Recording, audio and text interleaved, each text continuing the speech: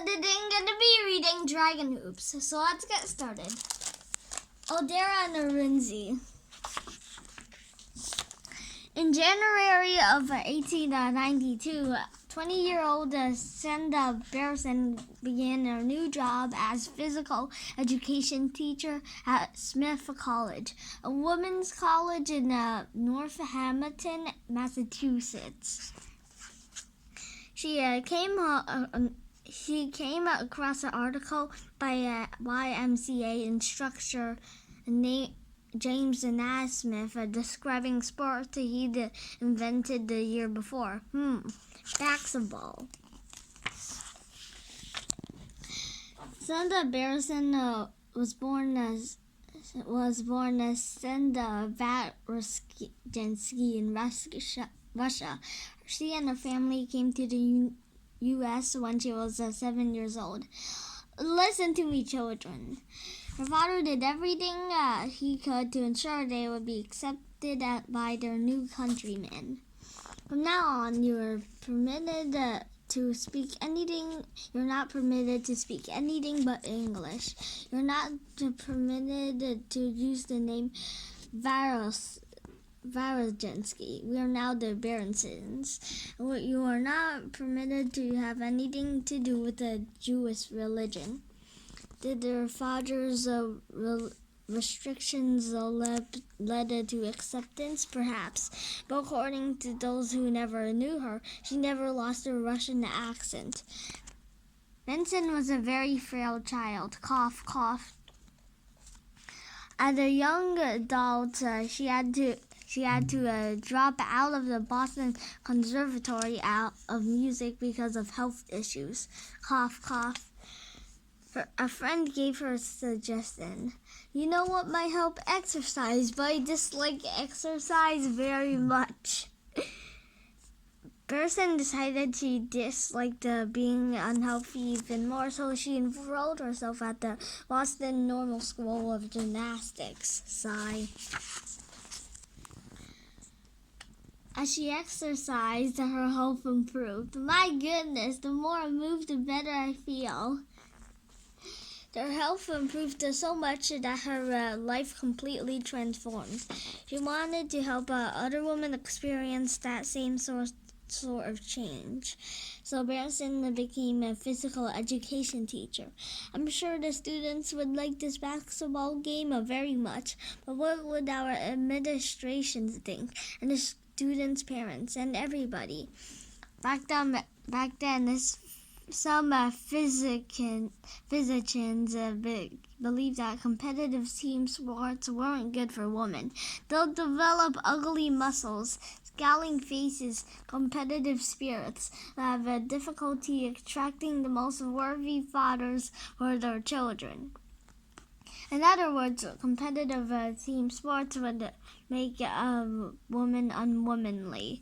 Most sports considered appropriate for women could be done privately with no opponent. Horseback riding, swimming, ice skating. Bearson didn't want to be accused of making her students unwomanly, but basketball was impossible without an opponent. She decided to modify the rules of Naismith's games to make it more acceptable for women. To keep players from exerting themselves too much, the court would be divided into 3 sections.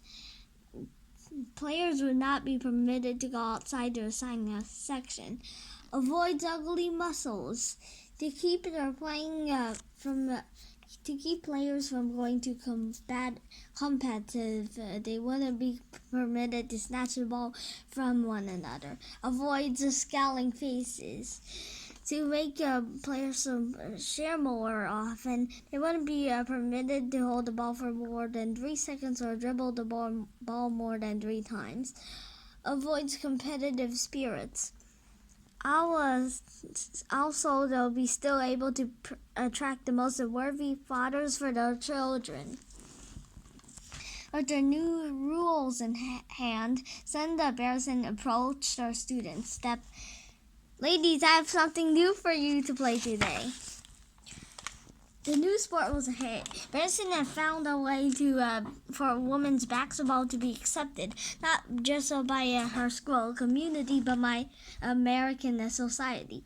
By 1895, hundreds of women's teams had been founded.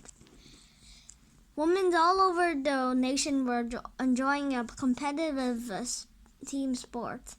Senda Benson had transformed the women's athletics forever. As more and more women took up basketball, many began to question Benson's rule modifications. Why did women's basketball have to be compromised basketball? They pushed for change. In 1962, stealing the ball from another player was permitted. In 1966, dribbling restrictions were removed. And in 1971, women players could finally run the full length of the court. Today, women's and men's basketball are essentially the same game. The size of the ball is one of the few differences. Another is the size of the audience. Significantly fewer people watch women's basketball. There are plenty of theories why. Women don't score as much. They don't run as fast. They don't dunk. Women's sports in general are not worth watching. Are scoring and running really to blame? As a sports columnist Sarah Spain points out, Little League baseball players neither score as much nor run as fast as their professional counterparts. Yes, the Little League World Series draws millions of viewers every year. That argument doesn't really work. How about dunking then? On December 21st, 1984, West Virginia University played against the University of Charleston in a small armory in the Elkins, West Virginia. There were maybe 100 people in that gym, including the players and coaches. With just over 7 minutes left, West Virginia center George Gene Wells caught a pass at half court. 6'7" Wells has spent years training so that she could get the ball over the rim. So that slam dunk was within her reach. Step, slam. It was the first dunk by a woman in the history of college basketball. Roar! For a few moments, the crowd sounded 100 times bigger than it actually was. No one on West Virginia caught the dunk on camera, but a videographer from Charleston had. West Virginia coach Kitty Blakemore called up Charleston coach Bud Francis. But you recorded history, Bud. You're not getting that tape, Kitty. Despite repeated requests from Blakemore and the media, Francis never released that tape. He was unwilling to compromise his pride. After graduating, George and Wells went to play professionally in Asia and Europe. She became one of the first women to suit up with the Harlem Globetrotters. She never forgot about that dunk. Other people did though. People were like, "Yeah, right. You didn't really slam dunk it if you can't show me the proof." After retirement, Wells became a physical education teacher and a coach. So maybe it isn't about scoring or running or even dunking. Maybe it's about respect. When Bud Francis passed away in 1999, the only tape of the first dunk in the women's basketball was assumed a loss. Then in 2009, Wall Street Journal reporter Rita Albert Gotti began working on an article about Georgiana Wells. Well, remarkable looking back 25 years later is that nobody outside the armory got data to see any visual evidence of the play. He got in touch with Ford Francis, Bud's son. Back in 2001, my stepmom gave me a lot of his stuff, and I just had it here. The historic footage had been in the basket of VHS tapes on the floor of the younger Francis' bedrooms for years. Albert Gotti posted it on the Wall Street Journal website. Slam! Women like George and Wells changed basketball. Roar! Change came to Bishop O'Dowd High School too. When the campus was constructed in 1951, 2 gyms were built. The larger, nicer facility was named the boys' gym. The smaller, plainer facility was named the girls' gym. The names stayed that way for decades. We didn't change it to large gym and small gym until 1982-ish. Today, the women's and men's team rotate between 2 gyms. The women thrived on this newfound respect. In 2011, they made it to the state championship for the first time. They lost, but they won the very next year, and again the year after that. It was historic. Leading the Dragons during this historic run was an extraordinary athlete.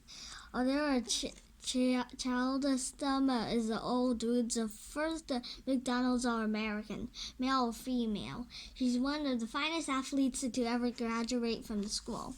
Her younger brother Aries is on Lou's team this year. He's also in my computer programming class. Question, Mr. Yang, about your code, Aries? Now, about manga, you know the ending of One Piece, a popular Japanese comic book series about a stretchy pirate boy. Sorry, I've only read the first volume. Hey, forgot a question for you, yeah? Is your sister's gonna visit soon? You think I could sit down with her to talk basketball? You can come if you want. Oh, sure. The day after Christmas 2014, Odera is home from Duke of University, where she attends on a full-ride scholarship. How did you two get into basketball? Did either of your parents play? Our dad grew up in Nigeria. He played soccer. Mom's local, but she was a cheerleader. We used to play one-on-one in our backyard. That's how we figured out the game. It was a family affair. The father would offer tips he learned from YouTube. That is not how the man in the video said to dribble. The mother would bring water. It's important to stay hydrated. The little sister, Myra, 2 years younger than the Marines, would play too. I got next. But the most intense games are always between Aldera and Arenes. You can stop this? You can't stop this, you trash. Who would win? Ha ha ha ha. You can't stop this. Get that crap out of here, swat. It wasn't even close. I used to tower over him. We were only 2 years apart, but he was always short, skinny, scrawny. His voice was always squeaky, just like a little kid. Real slow at maturing. You didn't get underarm hair until 10th grade. We'd get into fights and our dad would have to yell at us. Siblings are supposed to love each other, not bring each other down. You get into fights, well, not fights. We'd wrestle like they do in WWE. No one ever got hurt. I remember crying a couple of times. Even he couldn't get to best on our court. Irene found ways to get back at his big sister. I used to be really sensitive about the size of my feet. We'd be at the shoe store and he'd be like, "Hey Adora, you like these size 17 men's shoes?" Or randomly, out of the blue, we'd bring stuff up like, "Hey Adora, remember that time when I did that move on you and you fell? Good times, good times." Coming to a dude wasn't so easy for Arenes. Freshman year, man, I didn't even have a name, Step. People just called me Odera's a little brother. What's up, Odera's little brother? Yo, Odera's little brother. In the state of Irene's freshman year and Aldera's junior, Aldera and her teammates made it to the state championship for the second year in a row. We worked hard for this, Dragons. Let's go get it. They played under those bright lights. See them down the lane. The Dragons are running them ragged. Cheatham sinks another one. Go Aldera! Clap, clap, clap. The Dragons didn't just win that night, they dominated. It was the widest margin of victory in the history of the California State Championships. We're so proud of you, Aldera. You play just like in the YouTube videos. Good job, good job. But that was hella boring. Who wants to come watch you blow out a bunch of little girls by like 80 points? Watching her play is kind of weird. I don't want to be a hater or whatever, but like I'm kind of proud at the same time. Hey, Aldera's little brother, your sister killed it last night. She did. Aldera's success does put the pressure on Rins. He finally grew taller than her about a year ago. Yes! But that didn't mean everything went his way. Arrange, we need to talk. What's up, Coach Lou? We can't give you a spot on varsity next year. I'm sorry. What? But don't worry, I'm not going to hang you out to dry. I want you to play junior varsity one more year.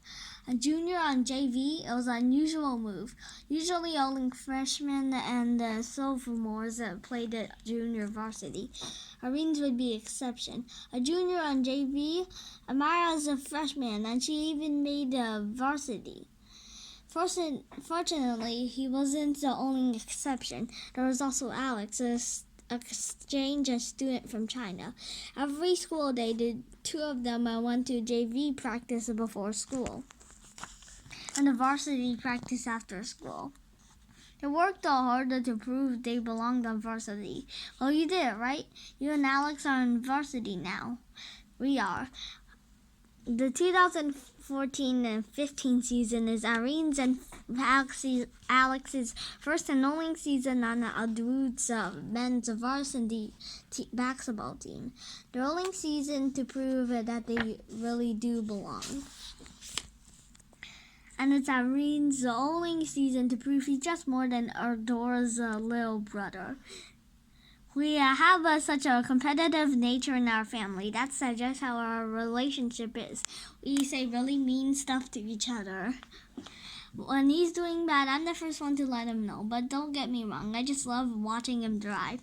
I have a Google alert on his name so I can follow him from North Carolina, so I know when there are articles. To see him grow into not even the player, but the person he's becoming. I'm proud of him.